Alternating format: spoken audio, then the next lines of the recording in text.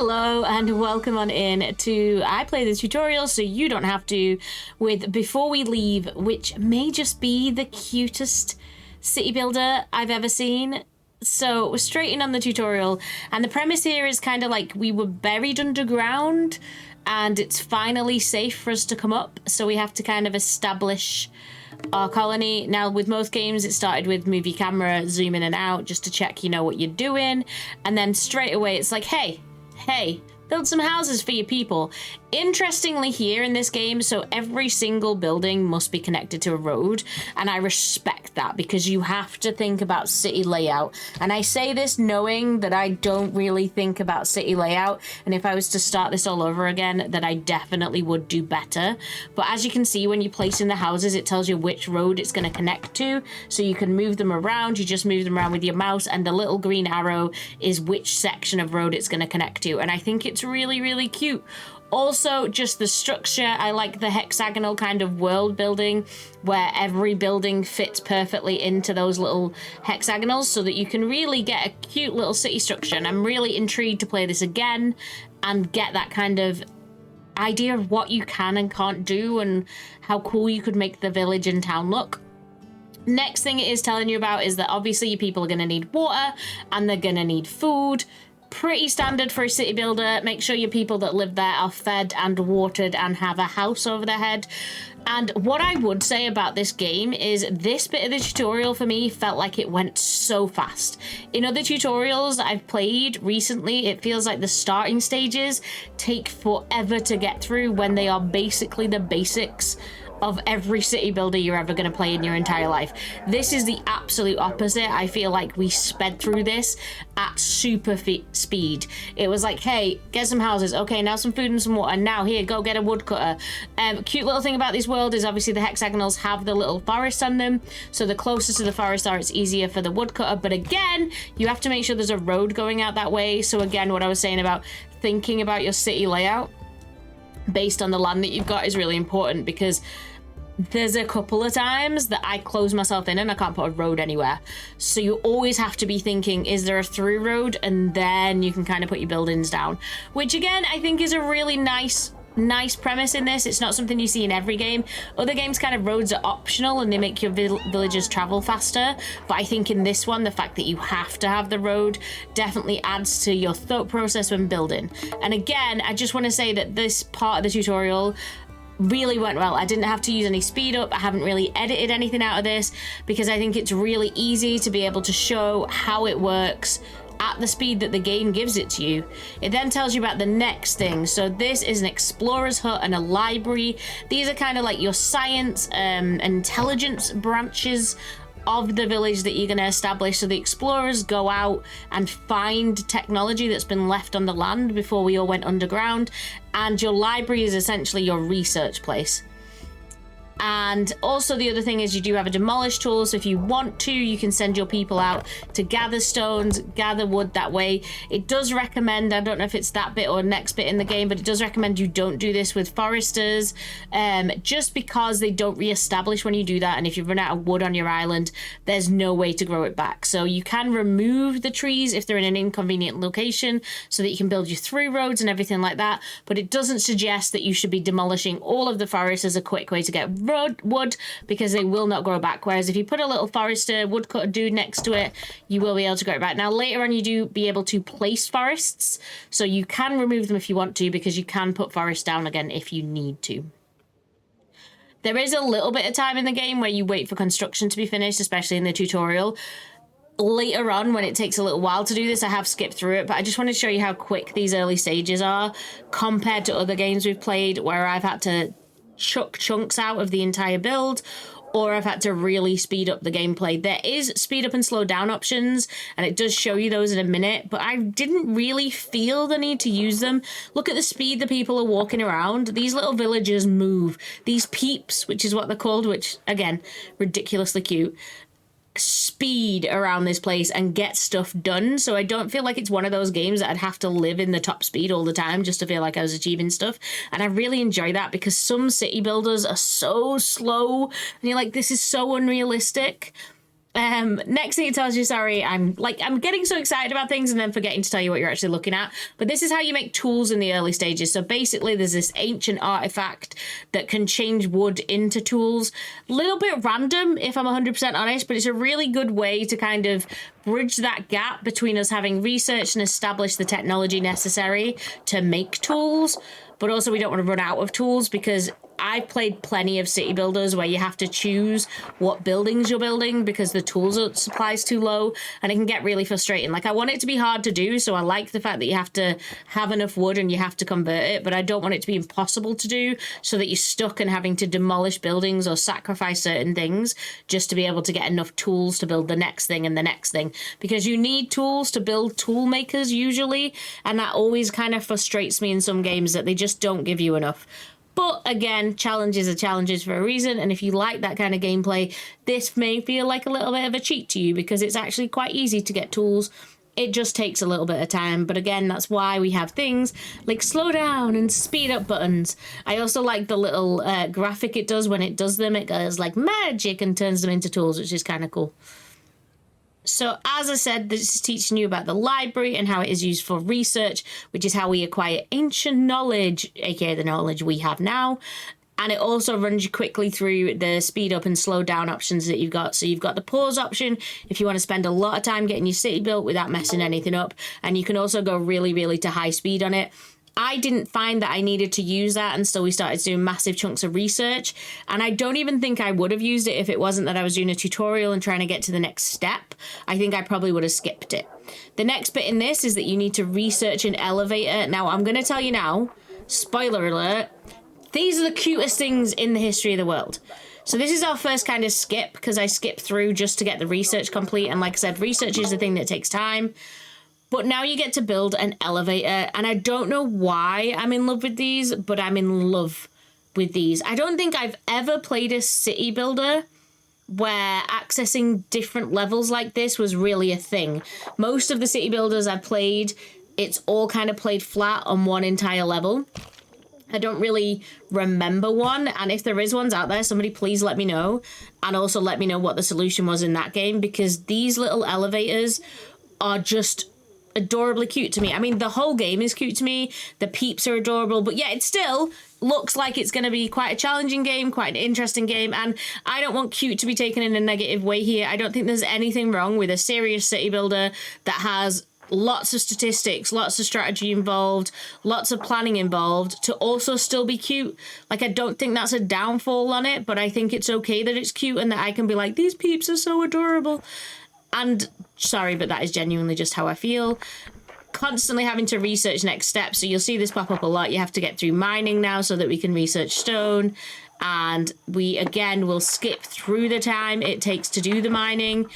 But it honestly is just the cutest setup and idea. I need to stop saying cute now. I feel like I've overused the word cute for this game, but I'm sorry. It's a cute game, okay?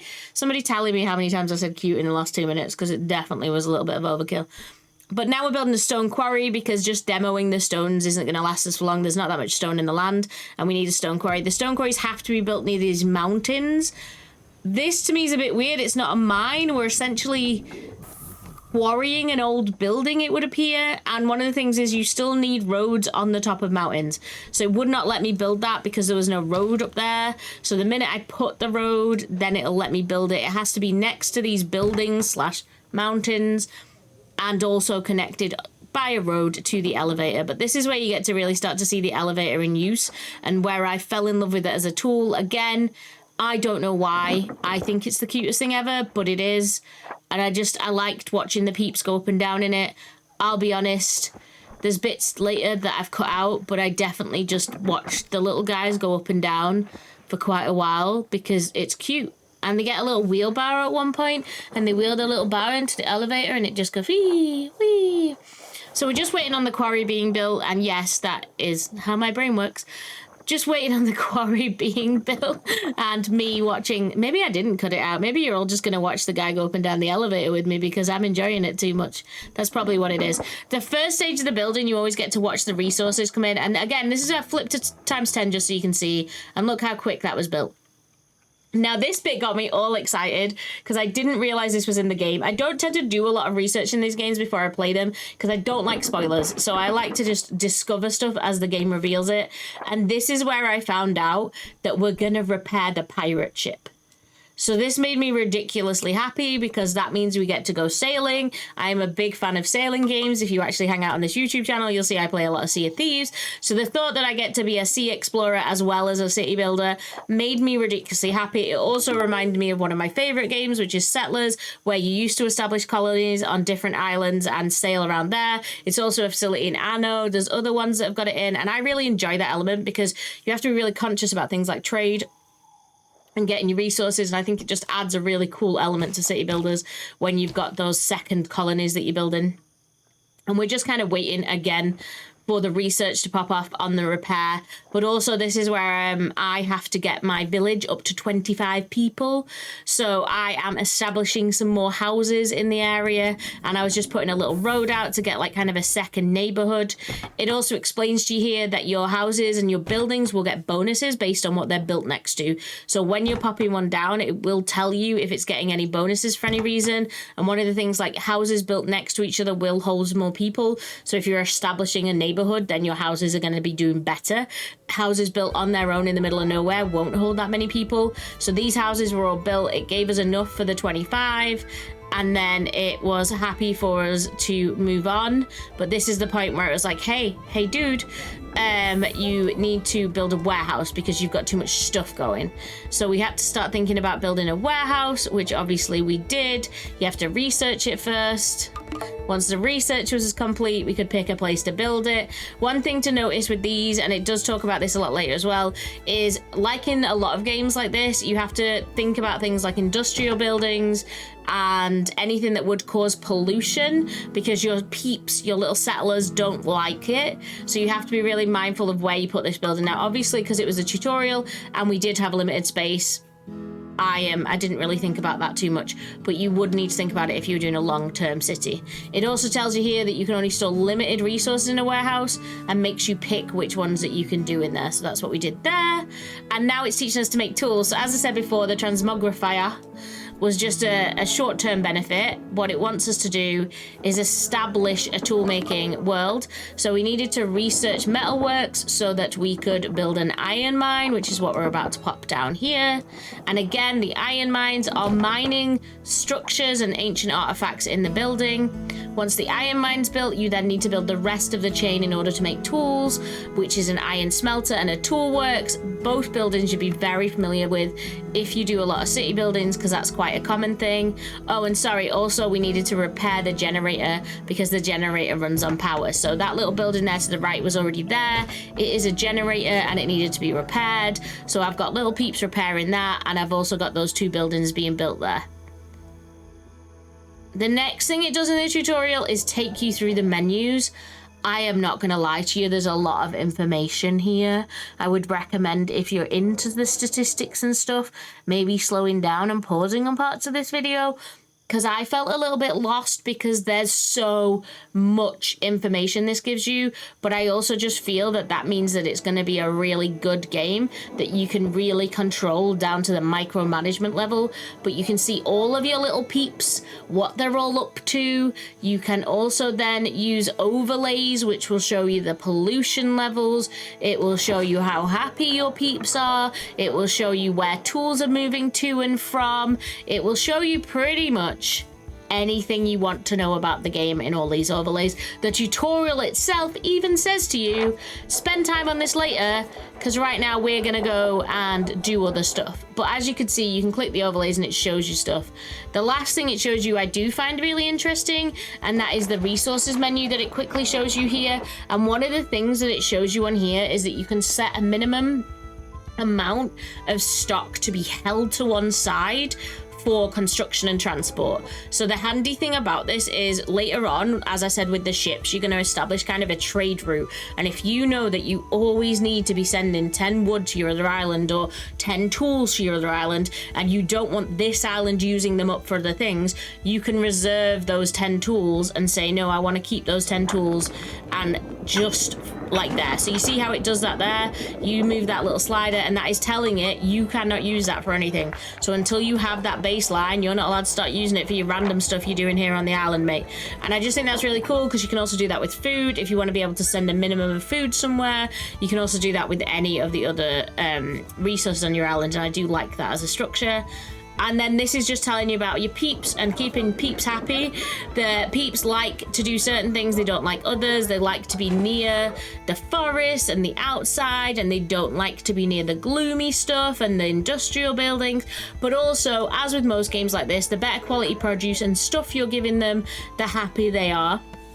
Once again, we've got to do some research. So we have to research gardening so that we can grow better crops and tea, and that takes a little while. So again, we kind of sped through and skipped up that. And then we need to build from this 2 vegetable fields, which are apparently different than potato. I was pretty sure potato was a vegetable, so it confused me a little bit, I'm not gonna lie.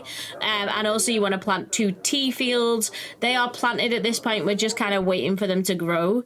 And then it tells us that we have everything to repair the ship.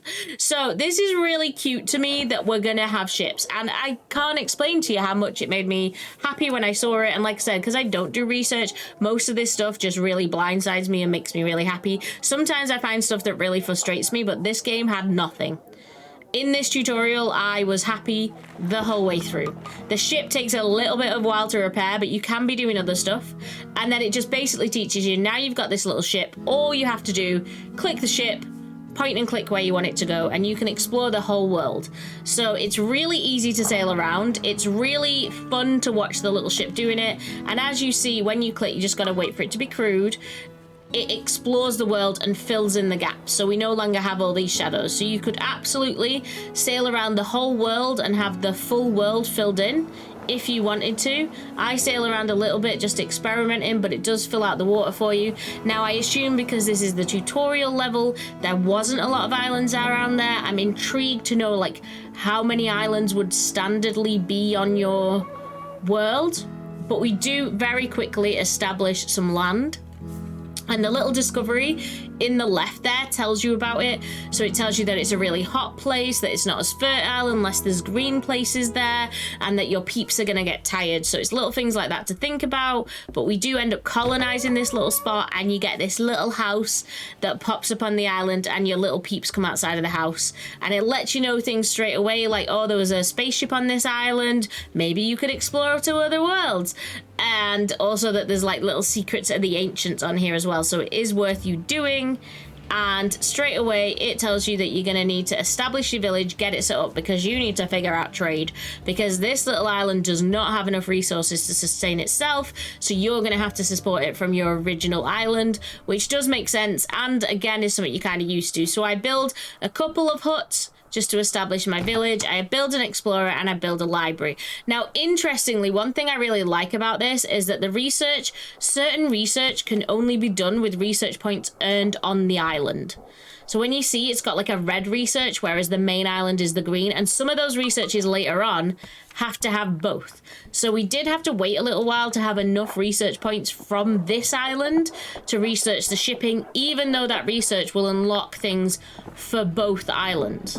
So once the shipping research is complete, it tells you what you need to do, and you need to build a shipwright so that you can build yourself more ships. You need a port on your old island because you didn't have one over here, and then you do need to construct a trade ship. Now, this is one of the times I said that you kind of get a little bit stuck in, because every building needs to be connected by a road, and we did not have roads to get to this space. So I had to kind of make a decision that something had to be sacrificed, and I end up demolishing one of our original established potato fields in order to get the road through to this area. So it is just worth thinking about things like this. What can I get rid of? Where's my road gonna go? Am I losing land because I'm blocking off land with my buildings? But you can demolish. There's like no loss from this. It's just a bit annoying because you'd already established and built that. So I do build my port there so that it's near the sea and close to my colony. And then once both those buildings are built, I click on my little shipwright and I can build myself a little trade ship. How cute is the little ship building? And look, it gets finished and it plops into the water. Again, I keep using the word cute, but I'm sorry. Definitely the cutest city builder I've seen in a little while. And now we get to select our ship. Again, it has to be crewed. So when the ship's first made, you do have to give it a second. And then it sails over to the port. And this is just teaching you through the process of how to do trade. So in this game, there are 2 options of trade. You can have a trade ship just to run a lump over. So I always think that's good, like maybe to top up things like wood or stone. If you're just about to do a lot of building on the new island, you could just fly over with like a full cargo, drop it off, and then you're not like... No, it's not going to be a recurring order. But for example, what it tells you in a little bit, and we'll get to that in a moment, we're just taking some potatoes over because our people need some food because they don't have any food, because it's not a fertile island as well. It's something to bear in mind that you will probably have to supply food, so you need to maybe establish more food on this island, and it's just things like that come into the strategy later in the game. But it teaches you just need to sail over there, and then your little peeps do the little saily sail, and you can see the boat coming in. And again, this is on normal speed, so look how quick that boat travels. It's insane. And I like that they put a base speed in there that's actually reasonable. And then you also, when you do this, you do have to unload your ship. So we just sent over 20 potatoes in this little idea. And that's just how you transfer them, and then they come out of the boat. And then the other option you've got, which is what we were talking about, is an established trade route. And this just talks you through how to do that. It's really simple to set up, actually, I found. Very similar to other games that have had this element in it, but I don't think enough city builders have this element in it, and I would love it if they all did. And yeah, you just manage your shipping, you click on a little route, and you set up your route, you tell it what you want it to trade, you pick which ship it's going to use, and then you've got an established little route, and it will constantly take tools over so that you do not run out of tools in your new colony, which necessary, but also really, really easy to do, which I think is great. So we only have 1 ship, makes it very easy. We just pick the 1 ship that we've got. Now they're happy. And everything's sorted. And it's telling you that tools, you can also do this as a back route. So if you wanted to, where those plus signs are, you could add more trade. So you could send food over, like I said, if you wanted to. You could also send other things. And the last thing it kind of tells you is how you're going to establish more people, because you don't have enough colonists, because there's only 5 people living on that new island. And what you have to do is you have to build a school. And again, interestingly, the school needed the research on the first island, not the second island. I had already unlocked it because I've been messing around while I was waiting for my research to complete. So it was quite easily for me to just pop down and pop the school down. Also, what you may have seen, and what will show up in a minute again, is it did give us the option there to deactivate the tutorial. So one of the great things I've seen about this game that I really enjoy is once you've done this tutorial to this point, it's like, hey, we're pretty happy with you now. We think you've pretty much got this sorted.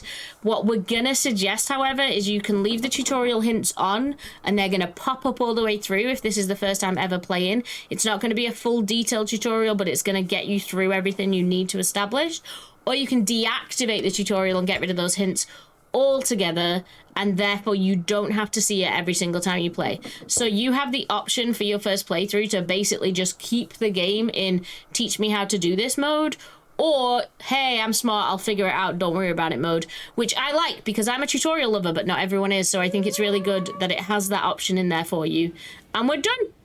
If you like this one, I do suggest checking out Settlement Survival. I will put the link here. This is another tutorial I have done, so you don't have to. It's a really, really nice, simple city builder. I highly recommend that one as well, but this just may still be the cutest that I think I've ever played.